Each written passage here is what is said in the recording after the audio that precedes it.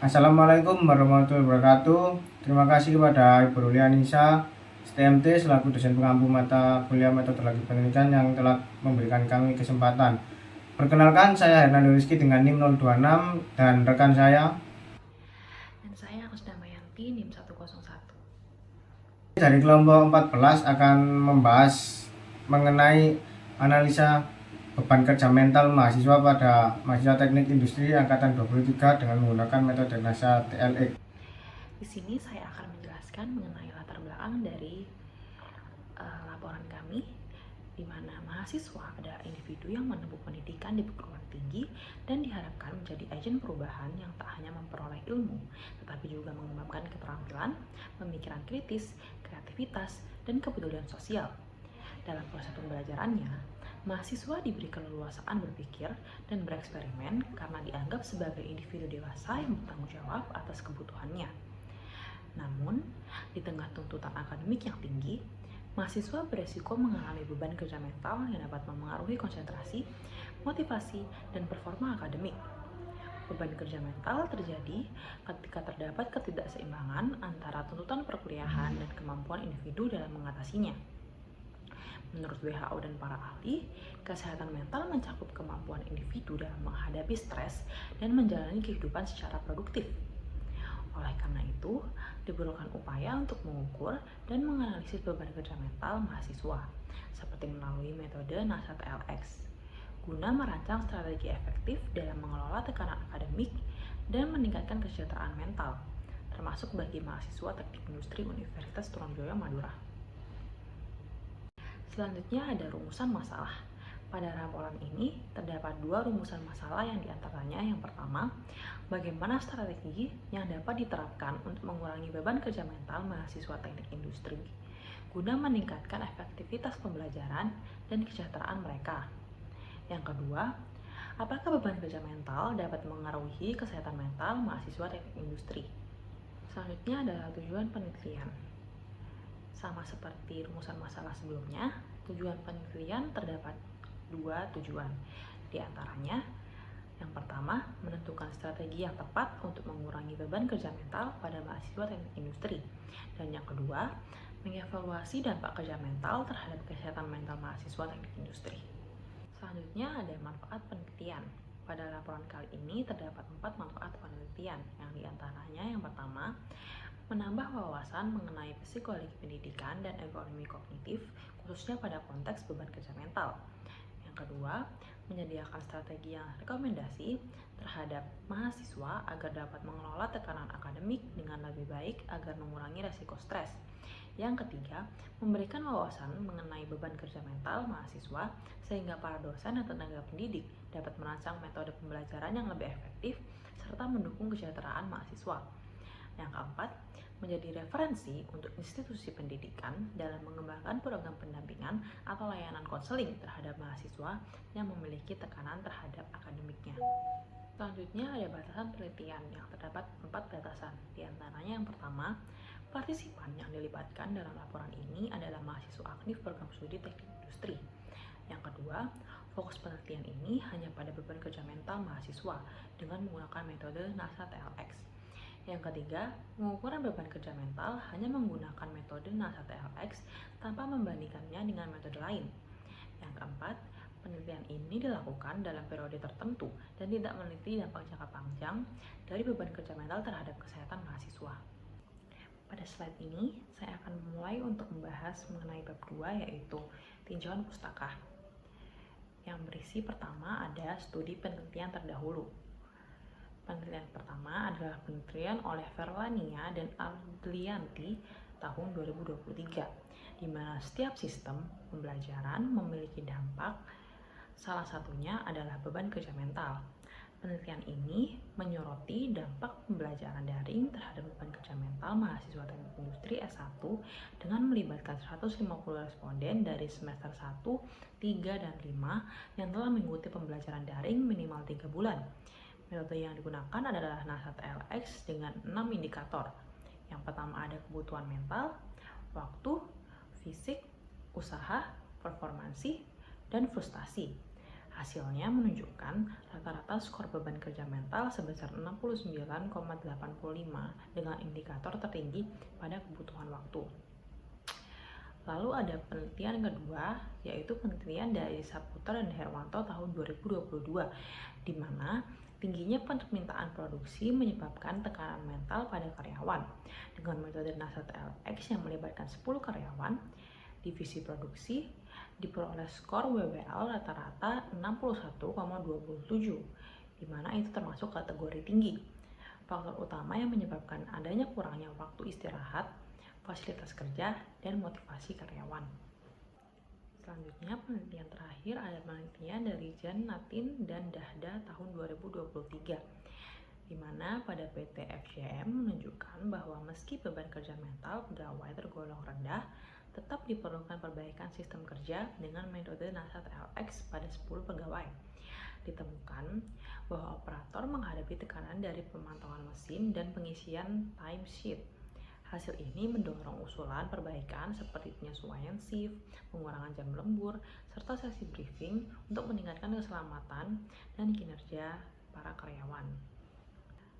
Topik yang kedua adalah ergonomi, di mana ergonomi memiliki definisi ilmu yang bertujuan untuk menciptakan keseimbangan antara manusia dengan fasilitas, alat, dan lingkungan aktivitasnya, dengan memperhatikan kemampuan fisik, kognitif, dan mental untuk meningkatkan efisiensi, kenyamanan, keselamatan, dan kualitas hidup. Ergonomi terbagi menjadi mikro dan makroergonomi, di mana mikroergonomi berfokus pada individu, seperti postur kerja dan bekerja fisik maupun mental.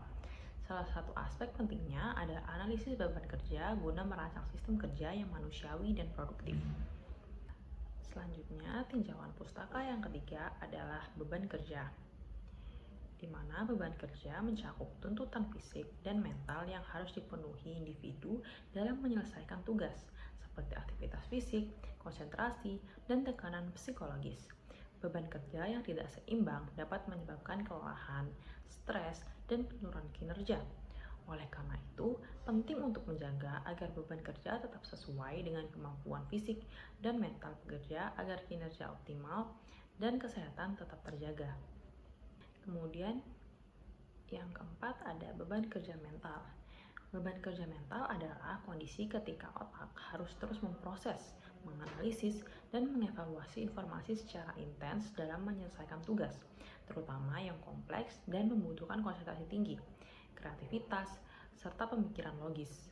Beban ini muncul saat tuntutan tugas dari segi volume, kompleksitas, atau tekanan waktu melebihi kapasitas kognitif individu. Meskipun ia termotivasi, jika tidak dikelola dengan baik, hal ini dapat menyebabkan stres, kelelahan mental, dan penurunan produktivitas. Oleh karena itu, pemahaman dan pengelolaan beban kerja mental sangat penting demi menciptakan lingkungan kerja yang sehat dan efisien. Tinjauan pustaka selanjutnya ada pengukuran beban kerja mental. Beban kerja fisik dan mental mempengaruhi produktivitas di mana beban yang tinggi dapat menurunkan kinerja, terutama beban mental yang beresiko menyebabkan stres. Beban kerja fisik diukur dengan alat medis, sedangkan beban mental dinilai melalui wawancara atau kuesioner. Pengukuran beban kerja mental dapat dilakukan secara objektif, misalnya detak jantung atau waktu reaksi, maupun subjektif seperti metode Nasat LX yang mengandalkan persepsi individu. Kombinasi kedua pendekatan ini penting untuk merancang sistem kerja yang efektif, manusiawi, dan mampu menjaga kesejahteraan serta produktivitas pekerja. Nah, pengukuran beban kerja mental sendiri memiliki macam-macam metode. Yang pertama, beban kerja mental dapat diukur secara objektif melalui reaksi fisiologis tubuh seperti kecepatan kedipan mata, flicker test untuk kelelahan mata, dan pengukuran kadar asam saliva yang semuanya mencerminkan tingkat kelelahan mental seseorang. Kemudian yang kedua, ada metode pengukuran beban kerja mental secara subjektif yang didasarkan pada persepsi individu dan meliputi SWOT, Nasat LX, dan RSMI. SWOT menilai beban kerja dari 3 dimensi, yaitu beban waktu, usaha mental, dan tekanan psikologis. Sedangkan Nasat LX mengevaluasi 6 aspek, yaitu tuntutan mental, fisik, waktu, performa, usaha, dan frustasi. Yang terakhir RSME. RSME menggunakan skala tunggal 0 sampai 150 untuk menilai usaha mental. Dari ketiga metode tersebut, NASA TLX dan SWOT paling sering digunakan karena nilai mampu memberikan hasil yang akurat. Selanjutnya tinjauan pustaka yang keenam yaitu ada kesehatan mental. Menurut Anwar dan Julia, kesehatan mental merujuk pada kondisi psikologi yang mencerminkan kemampuan seseorang dalam menyesuaikan diri atau menyelesaikan masalah baik berasal dari diri sendiri yaitu internal maupun muncul dari lingkungan luar yaitu eksternal. Selanjutnya yang ketujuh yaitu ada metode NASA TLX. Menurut Febrian, metode NASA TLX dikembangkan oleh Sandra G dari NASA Ames Research Center dan Lowell E. Stevens dari San Jose State University pada tahun 1981. Metode ini merupakan alat yang paling banyak diterima untuk mengukur beban kerja manusia secara subjektif di berbagai industri. Instrumen ini mendefinisikan komponen-komponen beban kerja individu yang terkait dengan tugas tertentu. Metode NASA TLX sendiri ada pembobotan dan ada pemberian rating, di mana pembobotan yaitu responden diminta untuk memilih salah satu dari dua faktor yang berkontribusi pada beban kerja mental di tempat kerja. Perbandingan berpasangan digunakan dalam kuesioner NASA TLX. Total setiap indikator yang dianggap paling berpengaruh dihitung dengan menggunakan hasil kuesioner. Setiap indikator beban mental diberi berat total. Sedangkan untuk pemberian rating sendiri, responden diminta untuk menilai 6 indikator beban mental di bagian ini. Persepsi responden terhadap beban mental yang dirasakan menjadi dasar penilaian subjektif yang diberikan nantinya mendapatkan skor beban mental NASA TLX. Selanjutnya ada uji beda tes. Menurut Sudha, uji beda merupakan uji statistik yang digunakan dalam mencari perbedaan baik antara dua sampel data maupun antara satu sampel dengan nilai tertentu. Sebelum melakukan uji, penting untuk menentukan apakah data berasal dari kelompok independen atau kelompok dependen. Ada dua jenis, yaitu di sampel tidak berhubungan dan dua sampel yang berhubungan. Dua sampel tidak berhubungan. Uji T jenis ini digunakan untuk mengetahui perbedaan nilai rata-rata antara dua kelompok yang berbeda. Uji ini bisa disebut dengan independent test karena sampel dari kedua kelompok tidak saling berhubungan. Sedangkan dua sampel yang berhubungan, jenis uji ini juga termasuk ke dalam uji parametrik dan digunakan untuk membandingkan dua rata-rata dari data yang saling berhubungan. Artinya pengukuran dilakukan dengan subjek yang sama sebelum dan sesudah atau perlakuan pada pasangan data yang berhubungan. Selanjutnya pada bab 3 ada metodologi penelitian, yaitu yang pertama ada jenis penelitian. Jenis penelitian yang digunakan adalah penelitian deskriptif dengan pendekatan kuantitatif. Metode penelitian deskriptif bertujuan untuk mengetahui variabel tanpa menghubungkan variabel lainnya. Dan tempat dan waktu penelitian ini dilakukan pada mahasiswa angkatan 2023 program studi teknik industri Universitas Trunojoyo. Selanjutnya ada tahap pendahuluan, yaitu studi lapangan, studi literatur, identifikasi dan perumusan masalah serta tujuan penelitian. Di mana studi lapangan yaitu kita melakukan langsung observasi ke lokasi, yakni di program studi teknik industri Universitas Trunojoyo Madura. Dan yang kedua yaitu ada studi literatur. Kita bertujuan untuk memperoleh informasi tambahan yang dapat mendukung jalannya penelitian. Informasi tersebut bisa digunakan sebagai acuan dalam mencari solusi terhadap permasalahan yang ditemukan. Dan yang ketiga, identifikasi masalah. Tahap ini berfungsi sebagai penentu arah dan strategi dalam menyelesaikan permasalahan. Tahap pendahuluan yang terakhir yaitu tujuan penelitian.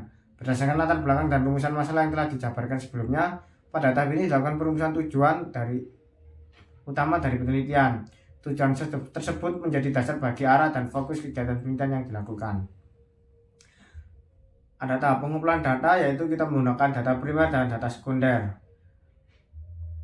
Di mana data primer kita menyebarkan kuesioner berbasis metode NASA TLX kepada mahasiswa program studi teknik industri angkatan 23 di Universitas Trunojoyo Madura dengan mengacu indikator-indikator yang telah ditemukan sebelumnya. Dan yang data sekunder merupakan informasi yang diperoleh dari sumber penelitian yang telah ada sebelumnya atau dari studi literatur yang memiliki terkaitan dengan topik yang sedang diteliti.